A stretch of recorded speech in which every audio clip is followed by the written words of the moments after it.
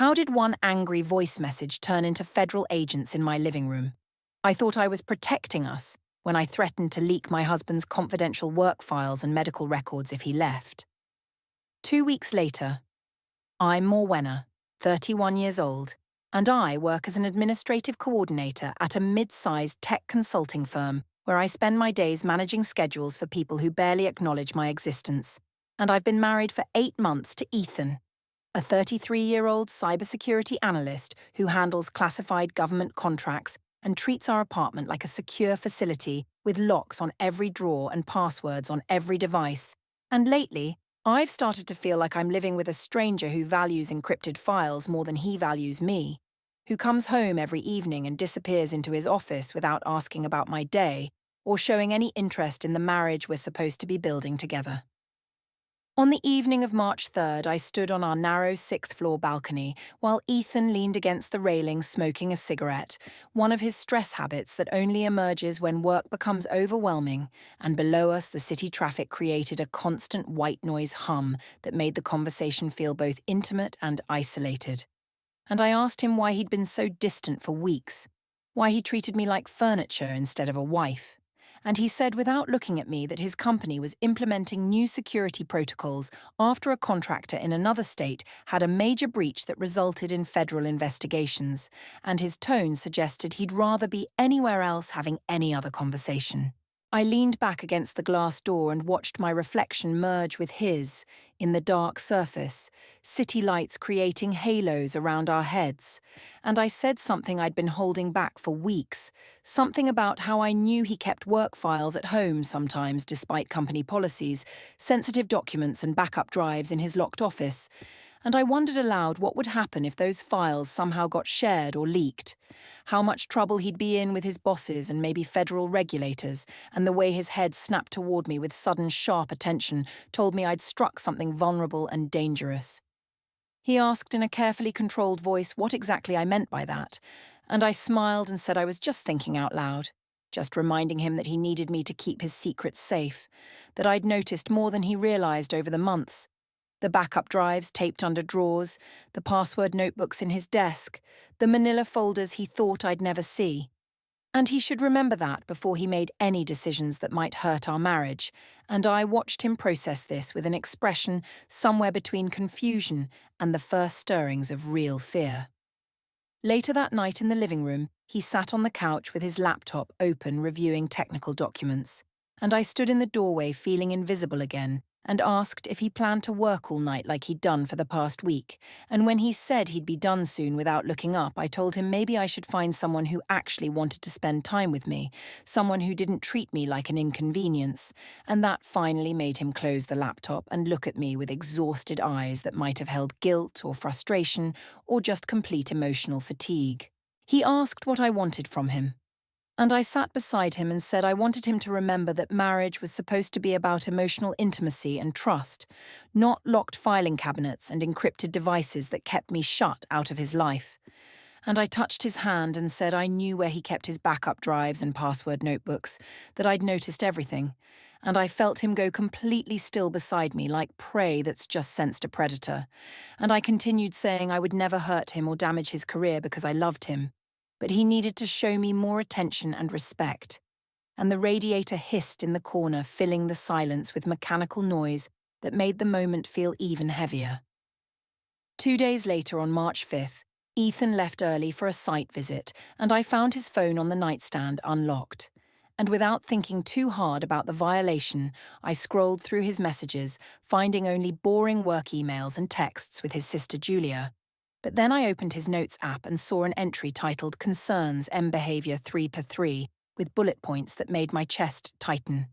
Threatened work files, mentioned backup drives, implied leverage, need to document pattern, and I deleted the entire note with shaking hands and spent the morning convincing myself he was the one escalating things by treating our marriage like a criminal case. When he came home that evening, he checked his phone immediately, and I saw his jaw tighten when he noticed something was wrong, but he didn't confront me directly. And later that night, I saw him writing on paper with a pen, which seemed deliberately old-fashioned. And when I asked what he was doing, he folded the paper and tucked it in his wallet, and said it was just a shopping list. But his careful tone told me we'd crossed into territory where neither of us trusted the other anymore. Over the next days, I texted more with Derek Hahn, a recently divorced sales manager at my firm who listened sympathetically when I complained about Ethan being emotionally unavailable. And Derek suggested maybe Ethan was hiding something beyond work stress, and I liked feeling heard and validated in ways Ethan hadn't made me feel in months. And when I told Ethan I was going out for drinks with coworkers, he just nodded without asking questions, and his complete lack of jealousy felt like proof he'd already checked out emotionally. By March 12th, Ethan had changed all his passwords and started locking his laptop in a drawer. And when I confronted him, he said his company required stricter protocols at home. And when I accused him of not trusting me, he said trust had to be mutual, and then asked directly if I'd deleted something from his phone, and I laughed and denied it. And he said calmly that if I ever accessed his work files without authorization, it wouldn't just be a marital issue. It would be a federal crime that could result in prosecution. That's when I said what I'd been holding back, told him clearly that if he ever tried to leave me, I would make sure everyone who mattered to his career, his supervisors, his clients, federal agencies, would learn exactly what security practices he'd been maintaining at home, how careless he'd been with sensitive materials, and I would make certain any data breaches could be traced to his negligence.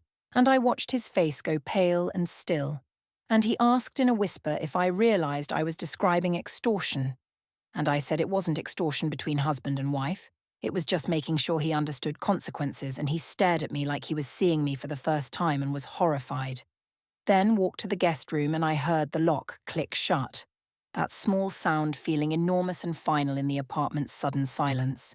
The morning after Ethan locked himself in the guest room, I woke up alone in our bed with the space beside me cold and untouched.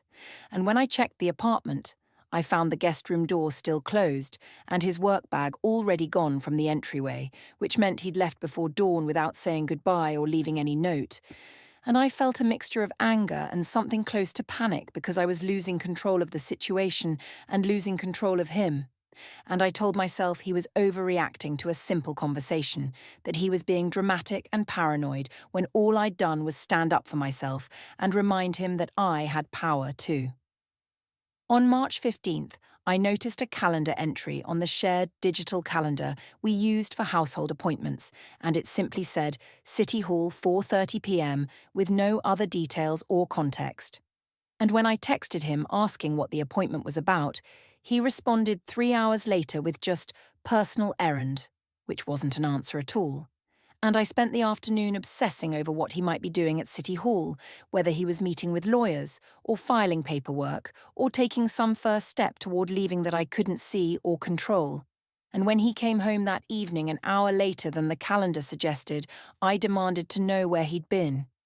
He set his wallet on the kitchen counter and said calmly that he'd handled some paperwork. Nothing I needed to worry about, and I saw the corner of a business card sticking out of the wallet with what looked like an official government seal printed on it. And when I reached for the wallet to see what it was, he picked it up smoothly and put it in his pocket and said, "We needed to talk soon about our marriage and what came next, but not tonight when we were both tired and emotional." And I felt fear spike through me because his calm, measured tone was somehow more frightening than anger would have been. I told him he wasn't going anywhere, that if he thought he could just walk away from our marriage, he was deeply mistaken. And I reminded him that I had access to his home office, and his backup drives, and his client information, that I knew where he kept sensitive files that his company and his government clients assumed were secure. And he looked at me with an expression that was completely unreadable, and said very quietly that what I was describing sounded like extortion, and that extortion was a federal crime that carried serious penalties, including prison time. And I laughed and said he was being ridiculous, that you couldn't extort your own husband, that this was just a conversation about consequences and choices. He picked up his phone and said something that made my blood run cold, told me in that same quiet voice that he'd been documenting everything, that he'd saved every threatening message and recorded every conversation where I'd implied leverage over his career, and that if I continued down this path, I would be the one facing legal consequences, not him. And then he walked to the guest room again, and I heard him making a phone call behind the closed door, his voice too low to make out specific words but the tone suggesting he was talking to someone official, someone who knew about laws and rights and evidence.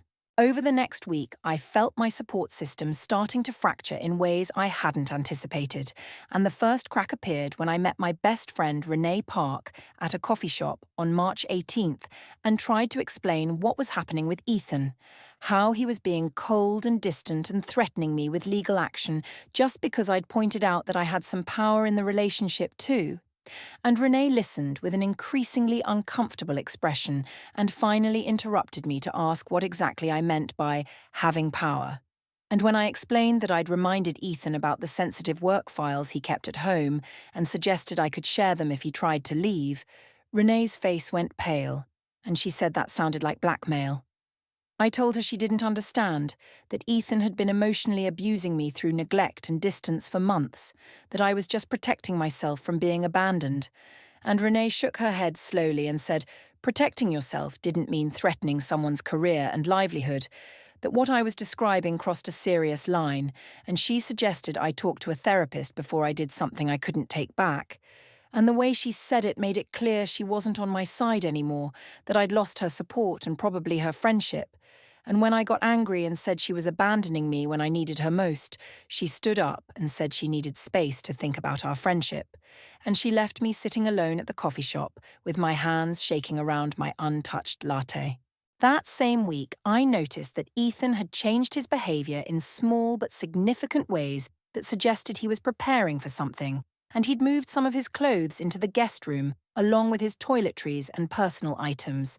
And he'd started keeping his laptop and phone with him at all times, even when he showered. And I saw him one evening organizing papers in his office into neat labeled folders. And when I tried to look over his shoulder, he calmly closed the folders and said he was just doing some household filing. But I caught glimpses of words like timeline and documentation and statement that made me realize he was building some kind of case against me. On March 22nd, Ethan told me he was going to visit his sister Julia for the evening, and I knew Julia was a corporate attorney who worked for a big firm downtown. And I felt panic rising because I was certain he was showing her evidence and getting legal advice about how to leave me or how to protect himself from my threats. And when he came home late that night around 11, his face was set in hard, determined lines, and he said we needed to have a serious conversation in the next few days about separation and next steps.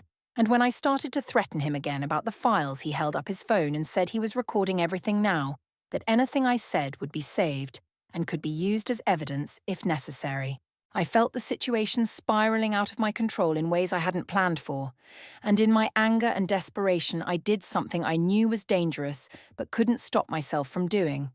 And on March 24th, while Ethan was at work, I went into his locked office using the spare key I'd made months ago without telling him, and I opened his filing cabinet and started photographing documents with my phone, client lists, and project summaries and security protocols.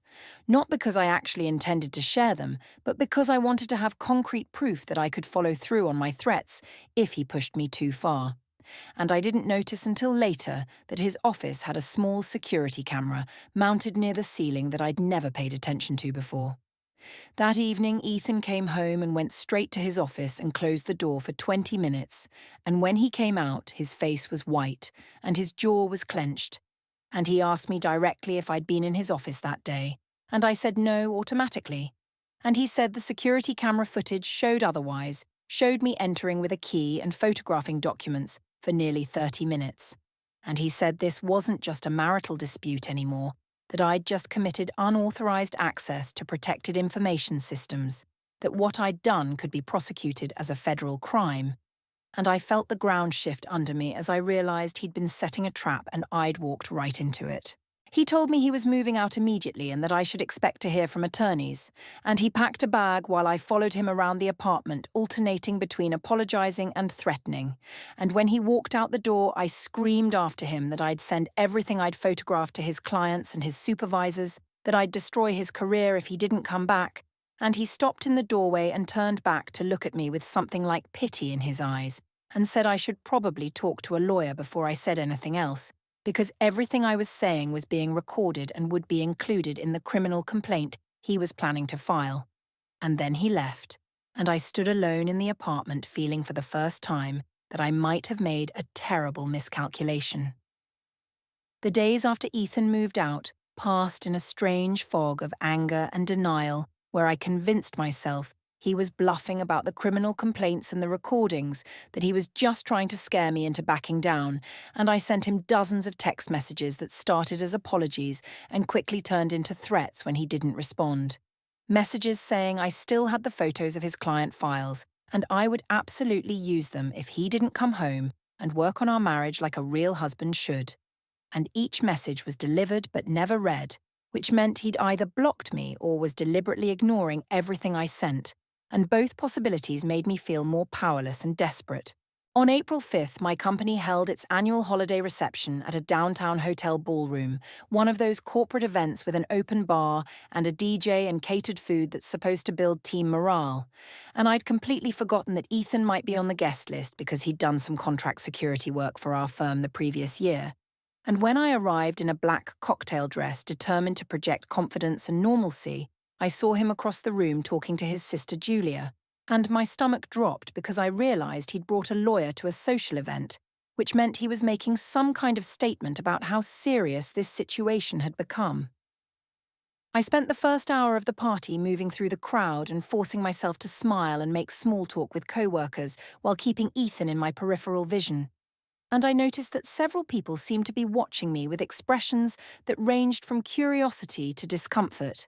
And I wondered if Ethan had told people about our separation, or if workplace gossip had already spread through the usual channels. And when I reached the buffet line, I found myself standing near a group of colleagues from the project management team, and in a voice that was louder than necessary, I said something about how my husband was paranoid about his work files and had accused me of trying to steal classified information when all I'd done was organize his messy home office. A senior manager standing 3 people behind me in line raised his eyebrows and exchanged a glance with his assistant, and I saw Ethan 10 feet away near the salad station turn his head slightly in my direction, though his expression remained completely neutral. And Julia touched his arm and whispered something I couldn't hear. And one of my co-workers, a woman named Patricia from accounting, said quietly to her companion that it sounded like there was a lot of drama in my personal life, and the way she said it made clear she thought I was the source of that drama. Around 9 o'clock, when the party was in full swing and I'd had 3 glasses of wine on an empty stomach because I was too anxious to eat, I made the mistake of approaching Ethan and Julia near the bar area.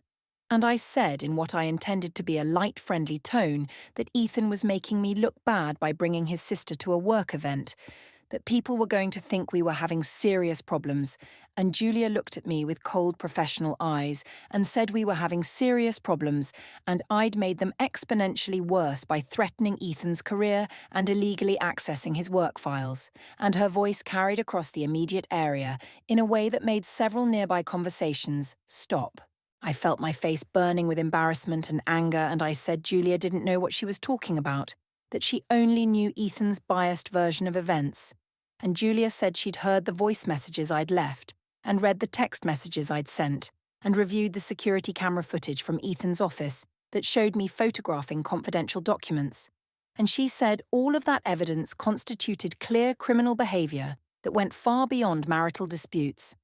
And I saw my supervisor Carol materialize at my elbow looking deeply uncomfortable and suggesting in a low voice that maybe I should step outside for some fresh air. And the humiliation of being treated like someone who needed to be managed and removed from a social situation made me want to scream. I left the ballroom, but not before saying loudly enough for several people to hear that Ethan was a manipulative liar who was trying to ruin my reputation because I dared to stand up for myself in our marriage, and the room didn't go completely silent, but there was a noticeable dip in the background noise level. And I saw people turning to look at me with expressions ranging from pity to judgment to barely concealed satisfaction. and I realized I'd just made a public scene that would be discussed in the office for weeks. And as I walked out, I passed Derek Hahn standing near the coat check with a date, and he very deliberately looked away and pretended he hadn't seen me, and that small social rejection hurt more than I expected. 2 days later, on April 7th, I saw Ethan's car in the parking lot of the grocery store near our old apartment, and I pulled in and waited until he came out with bags of groceries. And I approached him near his car and demanded to know why he'd humiliated me at the company party, and he said calmly, without setting down his bags, that he hadn't said a single word to anyone, that Julia had only responded to my public comments. And I felt my voice rising as I told him he was turning everyone against me with his lies and his legal threats, and he said the only person damaging my reputation was me through my own actions and words. I grabbed his arm to keep him from walking away and told him he needed to stop this legal nonsense and come home so we could work things out, and he pulled his arm free gently but firmly and said I needed to stop contacting him and stop making threats. And I raised my voice further and said I still had those photos and I would absolutely send them to his clients if he continued with this divorce. And that's when he said something that made my blood run cold, said that I was being recorded right now and that there was a security camera mounted on the light pole directly above us. And I looked up and saw the small dark dome of the camera lens pointed down at the parking lot. And he got in his car and drove away while I stood there realizing that once again I'd been caught making threats in a way that could be documented and used against me. On April 9th, Ethan met with his father Gordon at Gordon's suburban house, and I only knew about this because I'd been checking Ethan's social media obsessively looking for clues about what he was planning.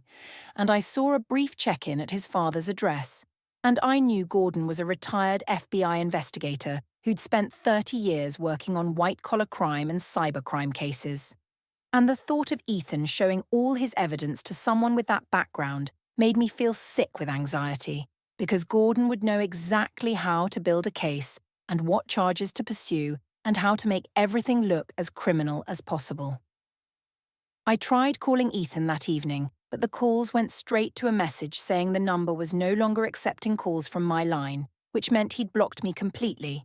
And in desperation, I sent an email to his personal account saying he was destroying both our lives over nothing, that I'd never actually intended to share his files with anyone, that I'd just been scared and angry and said things I didn't mean. But the email bounced back with an automated message saying the address was no longer active, and I realized he'd systematically cut off every method I had of contacting him directly. That night, I sat alone in the apartment scrolling through our joint bank account online and discovered that Ethan had transferred exactly half the balance into a new account with only his name on it, and the transaction note said, "Separation of assets per legal counsel." And when I tried to move money from the joint account into my personal account, I found that the joint account had been flagged with a hold pending resolution of a dispute, and I called the bank's customer service line, and they said both account holders had requested a freeze until financial matters could be settled through proper channels. And the customer service representative's tone was professional, but I could hear the judgment underneath, could tell she'd handled situations like this before, and knew exactly what kind of person I was. In a rage, I sent Ethan a text message from a borrowed phone saying he was going to regret destroying our marriage, that I had more evidence than he realized, and I would use every bit of it to make sure his career was finished. And I didn't stop to think about how that message would look when it was presented to lawyers and investigators and possibly judges, didn't consider that every threat I made in anger was another piece of evidence being added to a file that was growing thicker every day. And I told myself I was the victim in this situation, that Ethan was the one being cruel and vindictive by involving lawyers and police when this was supposed to be a private matter between husband and wife. And I fell asleep that night still believing I could somehow regain control of the situation if I just pushed hard enough. On April 13th, I received a certified letter at the apartment that required my signature from a postal worker who looked at me with that particular kind of neutral professional expression that meant she'd delivered bad news before and knew exactly what kind of document she was handing over. And when I ripped open the envelope with shaking hands, I found a formal letter on letterhead from Ethan's company's legal department, informing me that they were aware of allegations regarding unauthorized access attempts to employee accounts and confidential materials, and that the matter had been referred to federal law enforcement for investigation. And if I had any information or wished to cooperate with the investigation, I should contact the listed federal agent, whose name and phone number were printed at the bottom of the page. I stared at that letter for a long time, trying to process what it meant, trying to convince myself it was just a scare tactic designed to make me back down, and in a moment of panic I tore the letter into small pieces and threw them in the kitchen trash, but then immediately regretted it and spent 20 minutes fishing out the pieces and trying to tape them back together on the counter, my hands trembling so badly I could barely align the edges. And I realized with a sick certainty that Ethan had made this official and public, that he'd involved his company and federal authorities and turned what I'd thought was a private marital dispute into something that could result in criminal charges and prosecution. I tried calling my best friend Renee that afternoon, desperate for someone to tell me I wasn't crazy, that Ethan was overreacting and being vindictive. But when Renee answered, her voice was cold and distant in a way I'd never heard before. And she said she'd heard from mutual friends about what happened at the company party, and she'd also been contacted by someone asking questions about my character and behavior. And when I asked who had contacted her, she said she couldn't discuss it, but she'd been advised not to communicate with me until certain legal matters were resolved. And before I could defend myself or explain my side, she said she needed to go and ended the call. And when I tried calling back, the number went straight to voicemail. That evening, I drove to Renee's apartment building and waited in the parking lot until I saw her car pull in from work, and I approached her as she was getting out, and she actually took a step back with a look of genuine fear on her face, and she said I shouldn't be here, that she'd been told I might try to contact her. And when I asked what she meant by that, she said federal investigators had interviewed her about my access to Ethan's work materials and about statements I'd made regarding threatening his career.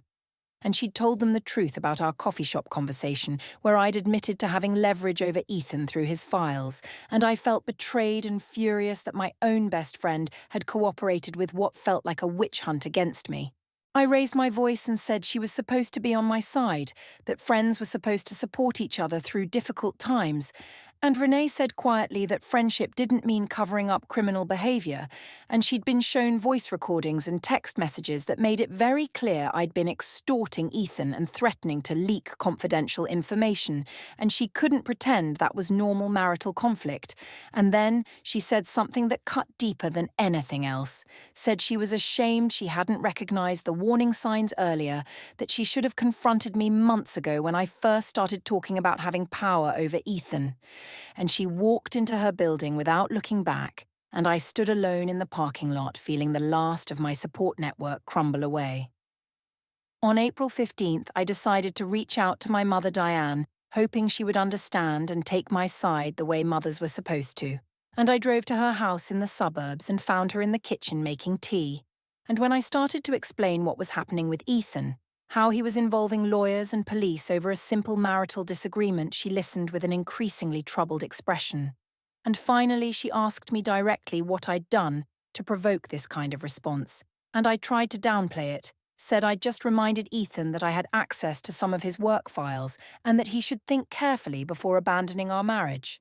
My mother set down her teacup with a sharp click against the saucer and asked if I was telling her I'd threatened to leak confidential information belonging to Ethan's employer and his government clients, and something in her tone made me defensive, and I said Ethan had forced my hand by being emotionally distant and treating me like I didn't matter, and my mother's face hardened in a way I'd rarely seen.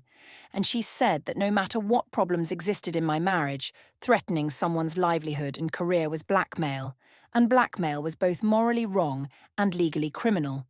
And she'd raised me to know the difference between standing up for myself and engaging in behavior that hurt others.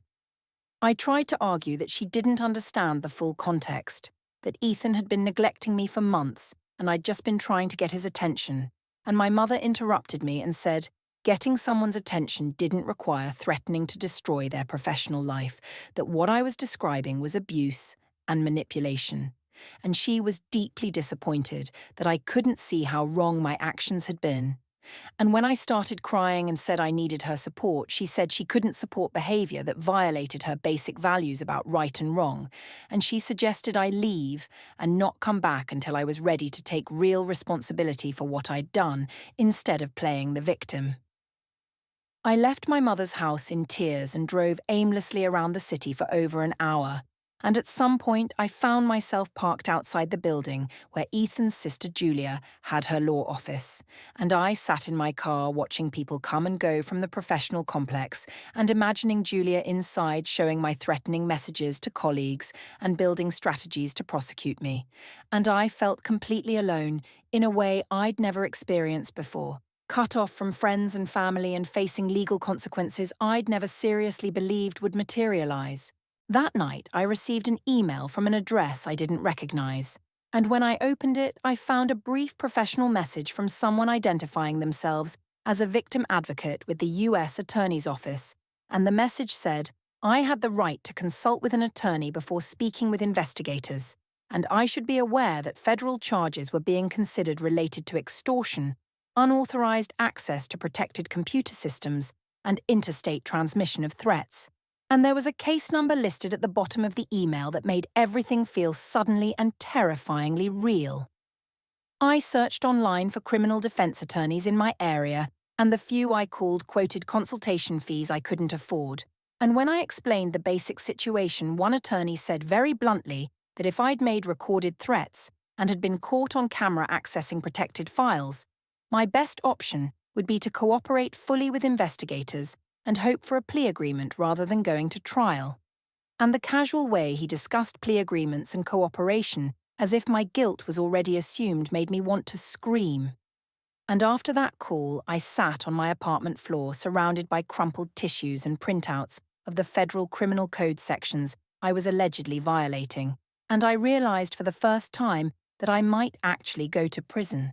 That the threats I'd made in anger and desperation might cost me not just my marriage, but my freedom. On April 18th, I received a text message from an unknown number saying I had an appointment scheduled for mediation at the county courthouse on April 28th at 10 in the morning, and I should bring any relevant documentation and be prepared to discuss resolution of outstanding matters.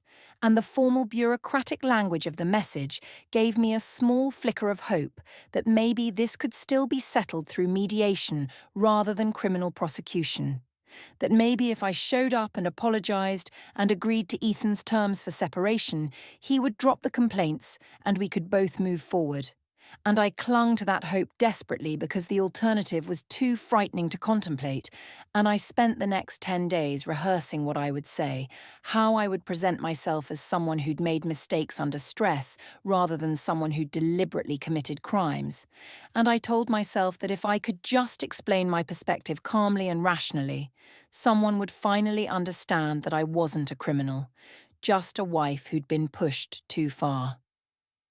The days leading up to the April 28th courthouse appointment passed in a strange blur of anxiety and desperate preparation, and I spent hours crafting explanations in my head about how the situation had been blown out of proportion, how I'd never actually intended to follow through on any of my threats, how everything I'd said had been in the heat of emotional distress rather than calculated criminal intent. And I convinced myself that if I could just speak directly to Ethan or to a mediator, or to whoever would be present at this meeting, I could make them understand that I was a victim of circumstance rather than a perpetrator of crimes. On April 24th, I saw Ethan's car parked outside our old apartment building in the late afternoon, and I waited in my car across the street until I saw him enter the building with his sister Julia. And 20 minutes later, they both emerged carrying boxes that I recognized as containing his remaining personal items, books and framed photos and kitchen supplies we'd accumulated together, and I watched from a distance as he loaded everything into his car with Julia's help, their movements efficient and purposeful like they were executing a plan they'd rehearsed. And when they drove away, I went up to the apartment and found that he'd taken his key and left mine on the kitchen counter, along with a brief note that said his lawyer would be in touch about the lease and I shouldn't attempt to contact him directly under any circumstances. I picked up the note and read it several times looking for any hint of emotion or regret, but the handwriting was neat and controlled, and the message was purely logistical. And I realized he'd completely detached himself emotionally from our marriage, and from me. That whatever feelings he'd once had were now buried under layers of legal strategy and self-protection. And I crumpled the note and threw it across the room, where it bounced off the wall and landed near the spot where his favorite chair used to sit before he'd taken it. That evening, I tried one last time to reach out through a message sent via a mutual acquaintance, a co-worker who'd remained neutral throughout everything, and I asked her to tell Ethan that I was willing to apologize and make things right. That I understood I'd crossed lines and I wanted to fix the damage before it became permanent. But the co-worker texted back an hour later saying Ethan had politely declined to receive any messages from me and suggested that all communication should go through his attorney. And she added in a separate message that she thought it would be best if I didn't contact her again either. That she didn't want to be caught in the middle of legal proceedings, and I felt another connection sever and another door close. On the morning of April 27th, the day before the scheduled courthouse appointment, I woke up with a sense of grim determination and decided to dress professionally and prepare myself mentally for what I hoped would be a productive mediation session. And I told myself that if I presented myself as calm and reasonable and remorseful, surely whoever was overseeing this process would see that I deserved a second chance, that my marriage could still be saved if Ethan would just agree to couples counseling or some kind of structured reconciliation. And I spent the morning rehearsing my opening statement in front of the bathroom mirror, trying to strike the right balance between taking responsibility and explaining the context that had led to my actions. On April 28th at 9:45 in the morning, I arrived at the county courthouse dressed in a conservative navy blazer and pencil skirt, carrying a folder with notes I'd prepared about our marriage timeline and the context for everything that had happened. And I walked through the security checkpoint telling myself this was just mediation, just a conversation where I could finally explain my side and show that I wasn't the villain Ethan had made me out to be. And I followed the signs to the main lobby where I was supposed to meet whoever would be facilitating this process. But when I came around the corner near the information desk, I saw Ethan standing with his sister Julia and his father Gordon and two men in dark suits I didn't recognize, and my stomach dropped because this didn't look like mediation. This looked like an ambush.